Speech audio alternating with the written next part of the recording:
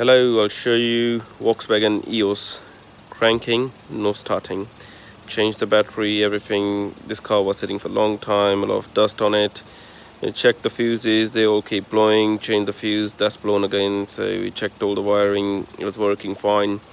So then we went for the fuel pump, it was working fine as well.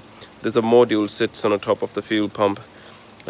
Basically this was melting slowly, so luckily it didn't catch any fire or anything like that, so that's why the fuse was keep blowing away. So change the module and the car runs fine. Thank you for